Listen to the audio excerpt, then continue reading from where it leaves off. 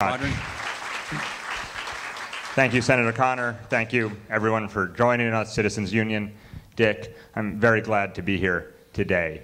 I'm a lifelong New Yorker. I was born and raised in the city, third-generation New Yorker. My grandfather was actually raised in the Manhattan portion of the district at 81 Ludlow Street. Didn't go to high school.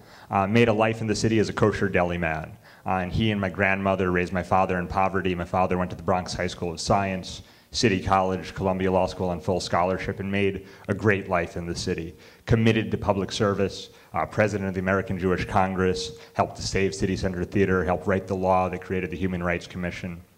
Really instilled in me, along with my mother, who's here tonight, who worked at the ACLU, went down to the Mississippi Freedom Summer of 1964, instilled in me a sense of public service, a sense of obligation to give back to the community. I went to Yale. I have lived in Brooklyn since college. I worked for Chuck Schumer, traveled around the state with him, really learned from him all about working hard to deliver results for people, about the fact that representation is about getting out there and doing what it takes to make a difference, to take a leadership role. I worked for the New York City Public Schools as part of a team that moved $300 million from the bureaucracy to the classroom. I was proud to work there and really see what's working and what's not. You know, it's not a perfect system by any means, but it is so important. Public education for those who are struggling, people like my grandfather, people like my father, is the ladder up. And for a lot of folks in this neighborhood is the difference between staying in the city and leaving the city. And so I was proud to really roll up my sleeves and become part of what's happening in the public schools. I was communications director on something called the Transportation Bond Act, the $3 billion bond act, passed at the ballot box in 2005. And then Senator Schumer and I co-authored a book. It's called Positively American.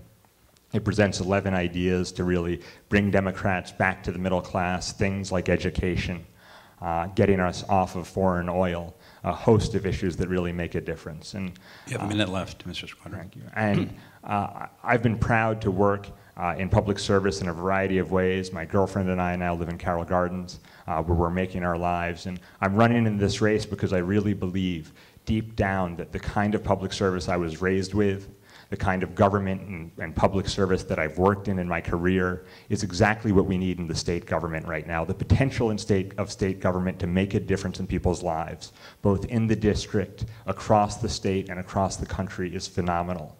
It's almost hard to imagine when you look at the state government of today. When you look at the fact that we have been said to have the most dysfunctional state government in America, over 95% of legislators get sent back every 2 years.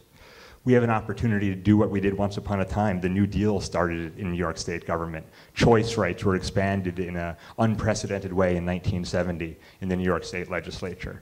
That's the kind of government I believe in, one that's active, one that gets out there, does what I've done in this campaign, meets thousands of people, talks to them about their problems, and also takes a leadership role on the state level to push forward a progressive agenda for this century, which progressivism, liberalism, if you will, has been rolled back for 28 years. At this moment in New York State, we have an opportunity to become leaders again on the national level, and in this district, in the heart and the core of New York City, we have the opportunity to really save the vision of the city that allowed my grandfather to make his life here and my father to make his life here and is now allowing me to make a life. So thank you very much. I look forward to the debate.